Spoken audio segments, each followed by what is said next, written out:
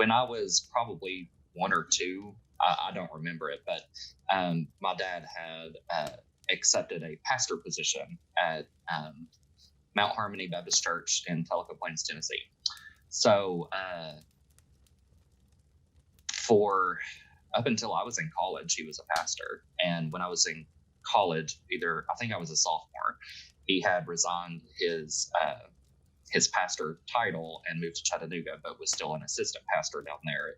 He had to relocate because of his job.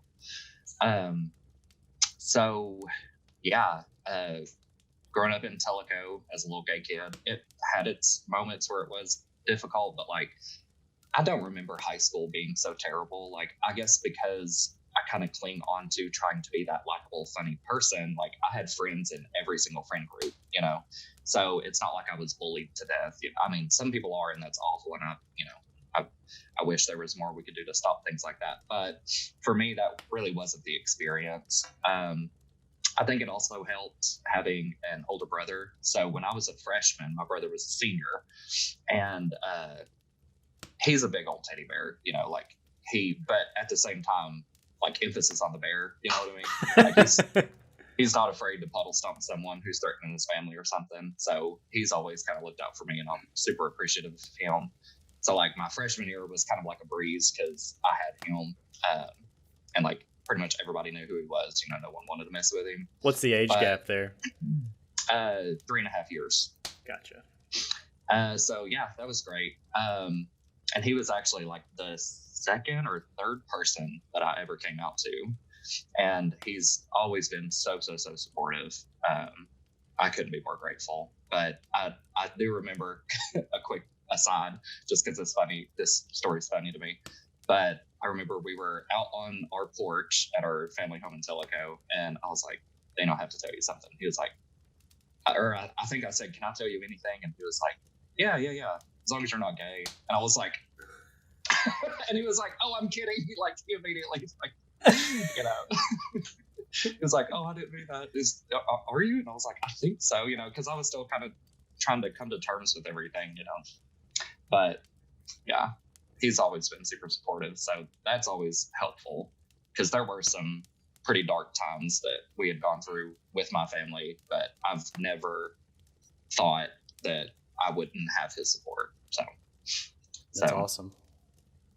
And to this day, I still consider myself to be a Christian. I believe in the message of Christ. Sometimes I struggle with how other Christians present themselves, and it makes me question, my own religion to an extent. So, it's always a work in progress, but as of now, that's still how I believe. I still consider myself to be religious. Do you go to church? Do you claim a denomination or anything like that? I do not. The one that I was considering joining was Liv's Church, and I can't think of the denomination right now, but it's the only one in my local area that I can think of that I would probably be most comfortable in. Is it Episcopalian? Yeah, it is. Mm-hmm. And she's pretty high up in there, and she does a lot with the community. So I know it would be fantastic to join and be a part of that. It's just not, the first step's always the hardest. And also, I still am trying to figure out my own self. So, Yeah.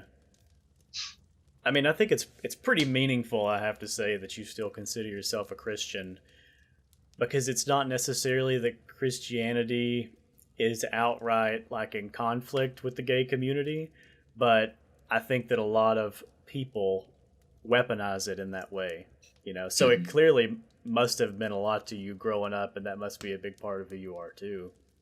Yeah, absolutely. I tend to, I should have drawn a diagram, but it's like a triangle. Yeah. So you've got gay, Southern, and Christian. And like, most people don't meet all three criteria, so they fall into a subcategory. Because if you're gay and Southern, you're just a Dolly Parton fan. You know what I mean? That's awesome. That's my next get for the pod is Dolly Parton. So it's a high goal, but everybody, I'm crowdsourcing right now. If we say Dolly Parton enough times in this podcast, maybe the algorithms will pick up on it and it'll get on her radar. So yes, very nice.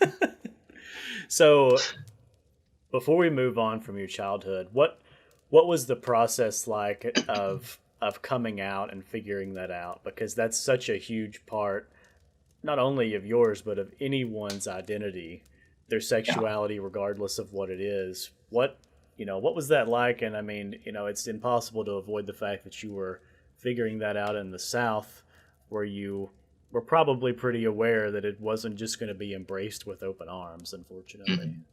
Yeah. Well, and part of the struggle with all of that and growing up in churches, like with my dad being a pastor, we had to be like any local churches that were having what they call a revival in the South. So that's just where you go to church not only on Sunday but every single day of the week. So if one of our sister churches or whatever was having a revival, we were there. Anytime there was a gathering, we were there. We had to, and so it was so much exposure, and no one that I can remember ever just came out and said, "I hate homosexuals." It was a much more subtle kind of hatred, but it was still hatred. Um, I remember and I can't think of his name. I think it's Bill Kidd, maybe, is an evangelical. And I remember one of my dad's good friends, who was also a preacher, was laughing while listening to him as he said, "I cannot wait for God to send all the gays to burn like a sausage in the lake of fire." Like it was God, something, and like I just was like, gross. yeah, and I was like 10, and I was just like, like no one ever came out and said, "Hey, you're going to hell for this," but it was like I It's just, internalized that. yeah, it's like it's implied, and I mean, I think I said this on Scott's podcast. The South is very good at being subtly racist, homophobic, misogynistic. Like, Southern Charm is very much like a film that sits on the top of Southern culture. And Yeah, those things just kind of like poke at it, but they rarely break all the way through.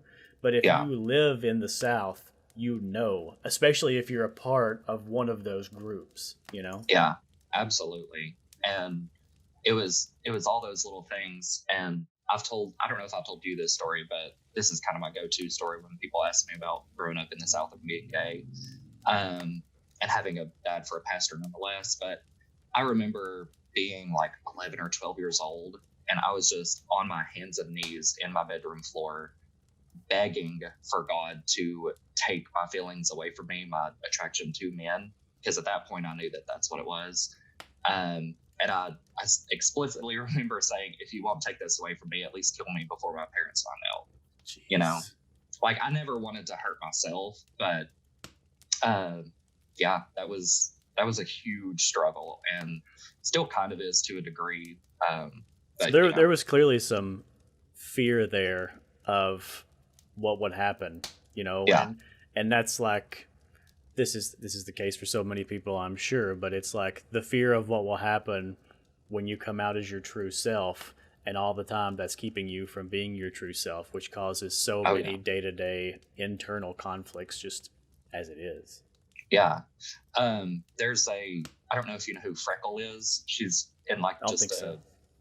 she's in I can't remember the full name, but it's like a YouTube series. But she's like incredibly smart. She was like, the problem with, uh, people in the LGBTQ plus community is that we don't really get to be teenagers. We don't get to have like that childhood experience because we're busy trying to hide everything, and we don't get to really be ourselves until we're 20. And so it's like when you're in your 20s, it's like you're trying to figure out how to date. Like I'm awful at dating, you can ask anyone. But it's because it's like I still don't know how. And it's like a lot of people in the gay community in the South uh, probably feel the same way. They never got to fully experience everything as a child. And like I did not have a bad childhood. Like my parents did great by me. And it wasn't until I did come out that we could finally like deal with it. But it was such a struggle trying to, because I knew that it was almost like I wanted to keep the status quo. I wanted to keep everything. I didn't want to upset anyone. I didn't want to rock the boat, so I was like, whatever, I'll just keep this to myself almost. Yeah, well, and it's almost like, you probably would have felt more comfortable if it didn't mean that the spotlight was all of a sudden going to be on you in this thing. Because most people just get to, you know, live their lives and not be scrutinized for who they are.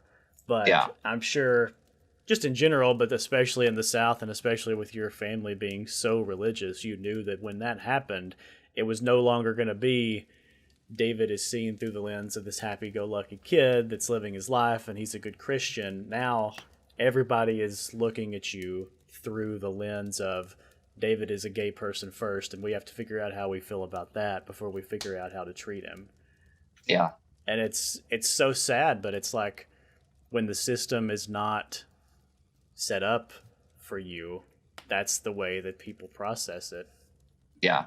It's like I hold a man's hand and it's a political statement. You know yeah, what I mean? Exactly. Yeah, and I mean, it's like, no, this is just the person that I'm dating. Like exactly. And it's like it truly shows you that the system is not set up for that, especially talking about how you never get to be a teenager and you don't know how to date. You know, anything that we, at least you and I'm sure, learned about dating and how to ask somebody out or whatever. If you're a guy, you're getting taught how to ask a girl out. You know, there is just there's not any kid stories, there's not any instruction, there's not any TV shows about how to do this, because society as it stands now, and especially Southern culture, makes that an other.